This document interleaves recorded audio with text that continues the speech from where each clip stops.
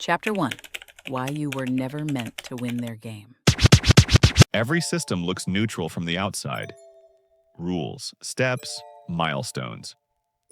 Clear definitions of what success is supposed to look like. But systems are never neutral. They are built around a specific type of mind. A mind that moves linearly. A mind that executes before questioning. A mind that doesn't stop to evaluate whether the destination is meaningful. Only whether the instructions were followed correctly.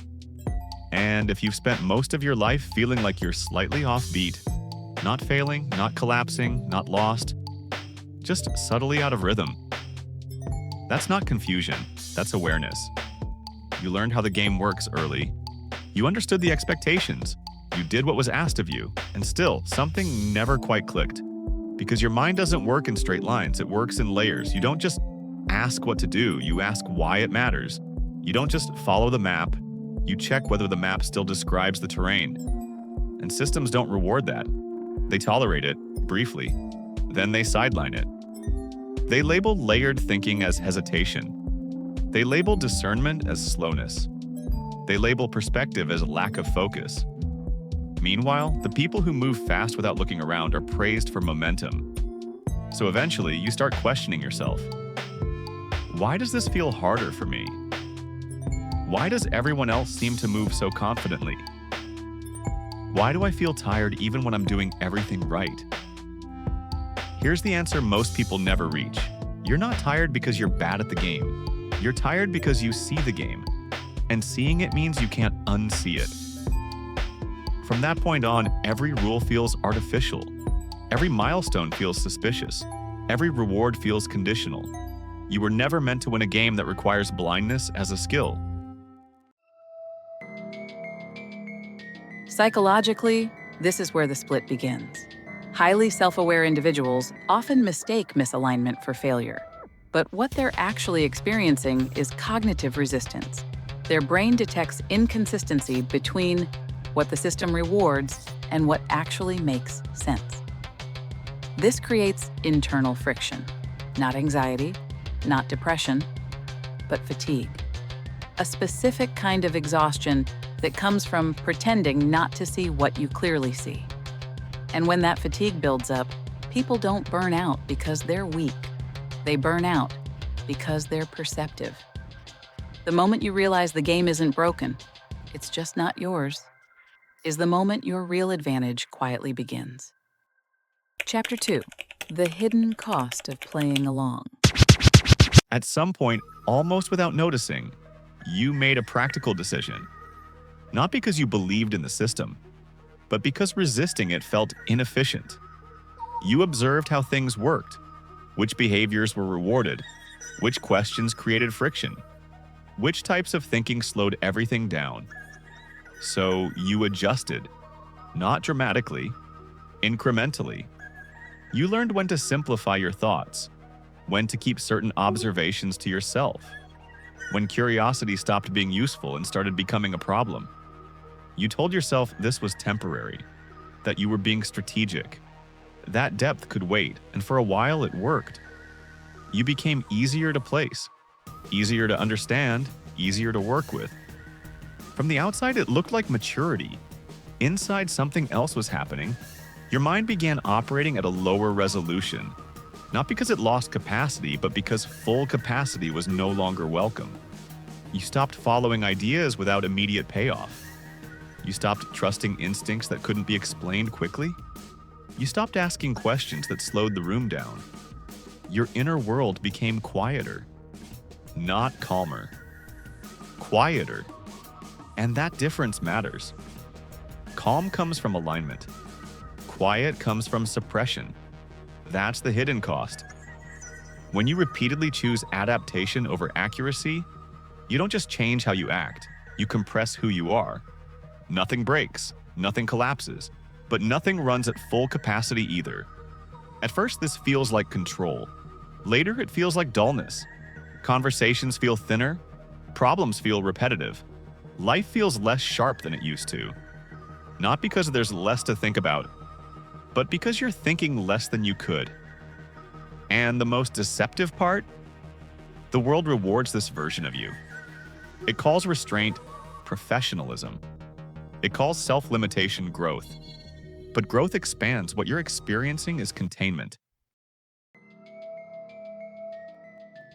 From a psychological standpoint, this is known as adaptive self-suppression. When intelligent individuals stay too long in environments that reward conformity over insight, they begin minimizing parts of themselves to survive. Not consciously, automatically, the brain learns which thoughts to hide, which questions to silence, which instincts to ignore. And because this adaptation is rewarded, socially, professionally, it feels productive. But neurologically, it's expensive. It increases cognitive load, it fragments identity. It creates a constant low-grade tension between who you are and who you're pretending to be. That tension doesn't scream, it hums. And over time, that hum becomes exhaustion. Not because you're doing too much, but because you're doing too little of what actually fits you. Chapter 3. How the system rewards. Obedience, not intelligence. Once you stop seeing yourself as the problem, the structure becomes impossible to ignore. You start noticing who actually moves forward and why. The system doesn't elevate the people who understand it best. It elevates the people who interfere with it the least. Not because those people are smarter, but because they're easier to manage. Intelligence introduces friction. It pauses before acting. It questions assumptions that everyone else treats as facts. It notices inefficiencies and asks whether speed is even pointing in the right direction. From the system's perspective, this isn't contribution, it's disruption. So the system quietly rewrites the definition of competence. Competence becomes reliability, predictability, the ability to execute without asking too many questions. Over time, you see the pattern everywhere. The ones who move fastest aren't the ones thinking most deeply. They're the ones thinking the least about direction. They advance because they don't hesitate. They don't hesitate because they don't evaluate. And they don't evaluate because the system never asked them to. Meanwhile, people like you slow down. Not out of confusion, mind, but out of discernment. You hesitate because you're processing more variables. You pause because you see consequences others overlook. You resist moving quickly when the destination feels poorly defined. And this is where the misinterpretation begins. Your hesitation is labeled as inefficiency. Your caution is framed as lack of confidence. Your depth is mistaken for indecision. If you're not careful, you start believing this story. You start thinking intelligence should look louder, sharper, more performative. But real intelligence doesn't optimize for visibility. It optimizes for accuracy. And accuracy is rarely rewarded in environments that confuse motion with progress. The system isn't broken. It's doing exactly what it was designed to do. Promote compliance. Minimize friction. Maintain momentum, even when momentum leads nowhere. This dynamic is well documented in organizational psychology. Hierarchical systems tend to favor low-variance behavior, actions that are predictable, repeatable, and easy to control. Highly intelligent individuals introduce variance. They see alternatives. They notice flaws. They slow things down by asking better questions. From a systems perspective, that's not efficiency. That's risk. So the system subtly does what systems always do with risk. It minimizes exposure, not through punishment, but through invisibility. The result? Competence gets promoted. Compliance gets rewarded. Insight gets delayed. And over time, intelligent individuals internalize a false narrative. If I were really capable, I'd be further ahead by now. But the truth is simpler and more uncomfortable. The system isn't optimized for depth. It's optimized for control. Chapter 4. Why stepping back looks like falling behind. There's a moment when you stop accelerating. Not because you're lost, not because you gave up, but because continuing at the same speed no longer makes sense.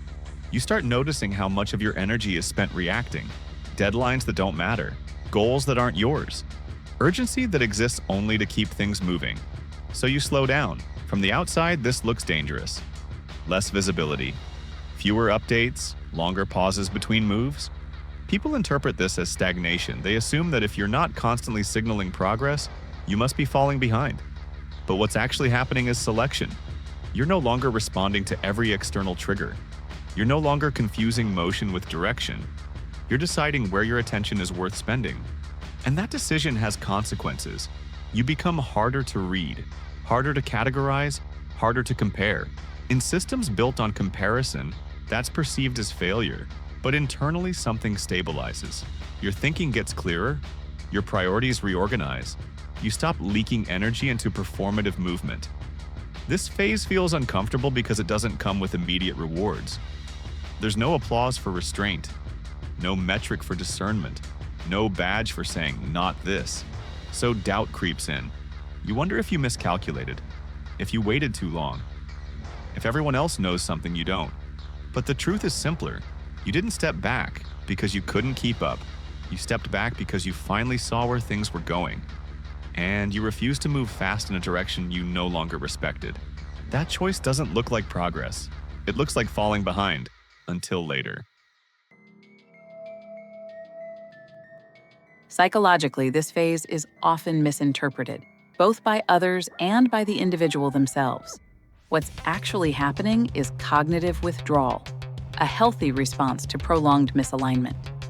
When a system no longer matches internal values, the brain reduces engagement to protect itself, not out of fear, out of intelligence. But modern culture confuses visibility with progress. If you're not constantly producing signals, updates, achievements, motion, you're assumed to be stagnant.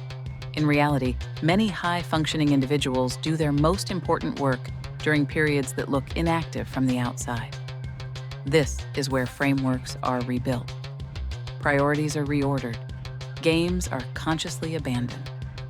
And although this phase attracts doubt, it also creates something rare: mental spaciousness, the ability to move forward later without dragging unnecessary weight. Chapter 5. What happens when you stop playing their game? When you stop playing their game, nothing dramatic announces itself. There's no moment where everything clicks into place. No public confirmation, no visible victory. What happens instead is internal. The pressure to keep up dissolves. The constant need to justify your choices fades. You stop measuring your life against benchmarks you never agreed to.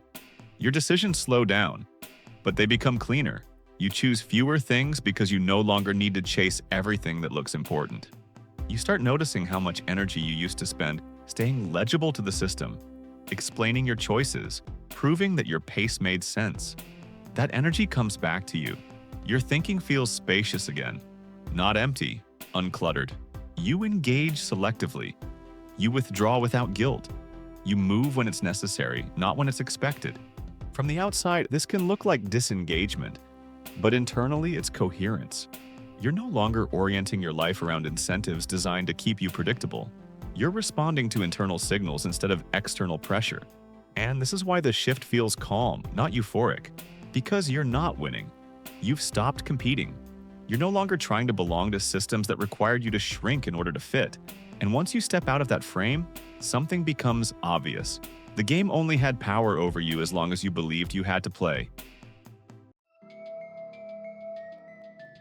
From a psychological perspective, this marks a transition into self-authored identity. When individuals stop outsourcing their sense of progress to external systems, their cognition reorganizes. Motivation becomes intrinsic. Boundaries become clearer. Decision-making becomes lighter. This isn't detachment from society. It's selective engagement. You're no longer reacting to incentives that don't align with your values. You're no longer measuring yourself with tools that were never built for you. And this is why the shift feels calm instead of euphoric. Because true autonomy doesn't excite the nervous system. It stabilizes it. What looks like disengagement from the outside is often the deepest form of alignment on the inside. And once someone reaches this point, they don't need to prove they're ahead. They already know where they're going.